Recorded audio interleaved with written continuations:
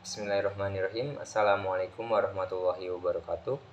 So in here I want to do my competency test 3 by answering the question from my class week 11. So without further ado, I will explain from the number 1. So number 1 is about the pillars and the requirement of the marriage. So the pillars is, for the first is the groom or man, the second is bride or woman, the third is wali or guardian, and the fourth is two witnesses, and the fifth is ijab kabul or offer and acceptance. So for the requirements is, first, both of the bride and groom must be a Muslim, and second, no obstacle to marriage. For example, they are not close relation in blood, not related through breastfeeding, and the woman is not in her waiting period or iddah. So the third, the wali must be a valid guardian. They the guardian must be a Muslim, baligh, and have the knowledge for doing ijab kabul and fair and not in state of ihram. So the wali or the guardian must from the biological father, paternal grandfather, biological brother, and others, and there is no the relation in blood. So the judge can the the judge can be the wali or guardian. So the fourth is the witnesses must meet the condition as they must be a Muslim, male, mature, and trustworthy. So the fifth is the ijab kabul must be clear. So if there is no unclear words or condition that make it invalid. So number 2 is the law of Siri marriage or nikah marriage according to Muhammadiyah. So nikah Siri is a marriage performed by a woman's guardian with a man and witnessed by two witnesses, but it is not reported or recorded at the Office of Religious Affairs or KUA. So like we know in hadith said that a'linu hazan nikaha wadribu alaihi bil girbal. So the meaning is announce the marriage and beat the tambourine. So it means we have to announce our marriage to other people, so the society know that we are in a relationship. So next is from Surah Al-Baqarah, verse 282. Bismillahirrahmanirrahim. Ya ayyuhallazina amanu iza tadayantum bidaini ila ajalim musammu faktubuh. So meaning is, oh you who believe, if you do muamalah in case for a specific time, you should write it down. So we must write any action related to the case. So the marriage contract is not an ordinary muamalah or action, but a very strong agreement, as mentioned in Al-Quran Surat An-Nisa verse 21. Bismillahirrahmanirrahim. Wa kaifa khuzunahu wa qad afdo ba'dukum ila ba'du wa akhadna minkum maitsaqan ghaliz. So meaning, how will you take it back even though some of you have been with other as husband and wife, and they, your wife, have taken from you a strong covenant. So if a debt and the receivables contract or other employment relationship must be recorded, It should be a marriage contract that is so noble, majestic, and sacred that it should be recorded. So thus, recording marriage contains benefit, great goodness in people's life. On the other hand, if the marriage is not clearly regulated through laws and it's not recorded, it will be used by the parties who carry out the marriage only for personal interest and the detriment of other parties, so especially wives and children. So, on the basis of the above consideration, Muhammadiyah citizens are legally obligated the register of marriage. So, number three, types of talak and differences. So, in Islam, talak or divorce is the husband's right to end a marriage, but must also follow certain rules. These several types of talak is with different consequences.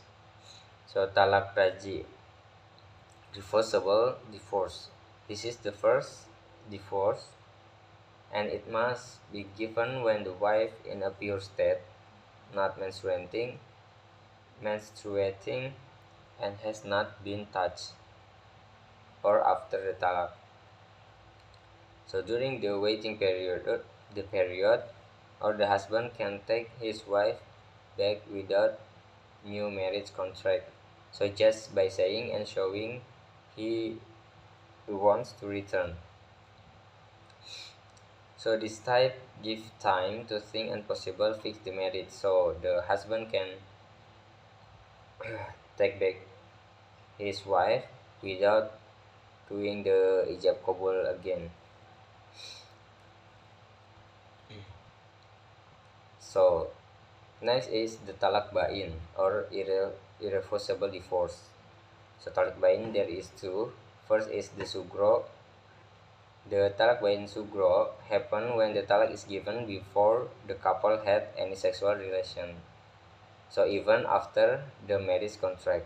So or when the dowry mahar was not clearly mentioned, so they cannot beg during the iddah, but can marry again with new marriage contract. So they can back to their marriage in a new contract.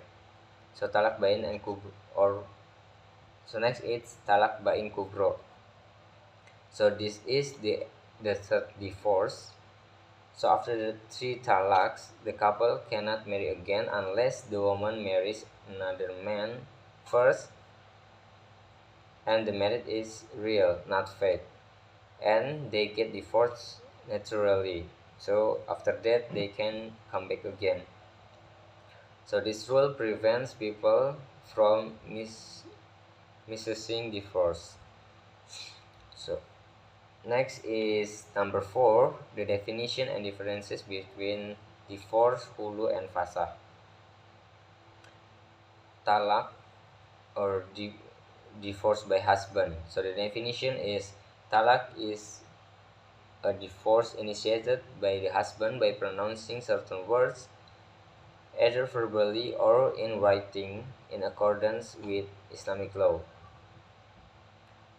So the right belongs to the husband, can be done without a specific reason, may be reversible, raji, or irreversible or bain. So maximum of three talaks. After the third, the couple cannot remarry unless the woman marries another man and that marriage ends.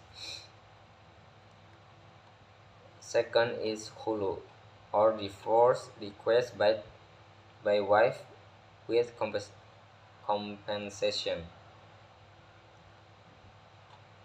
So this hulu is initiated by the wife and requires mutual agreement between husband and wife.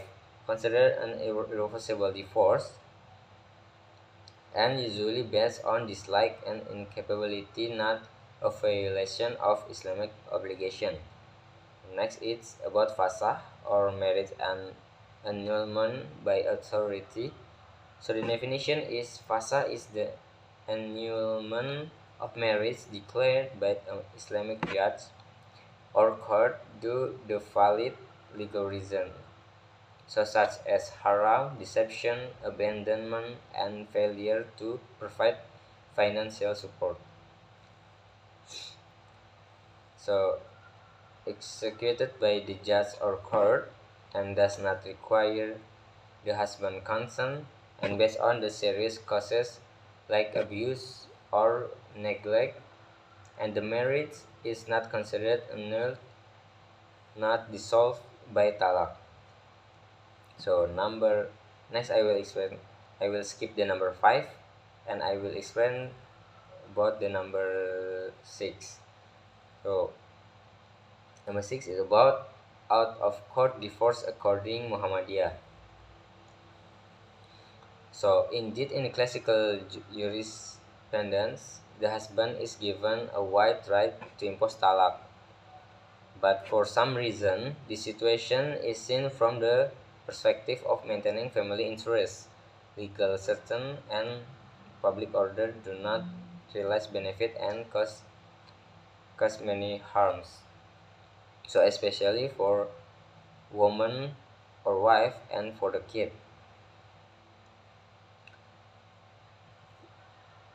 So based on the Sharia philosophers have agreed that the purpose of Sharia to realize benefit according to Ash-Shatibi, the basis in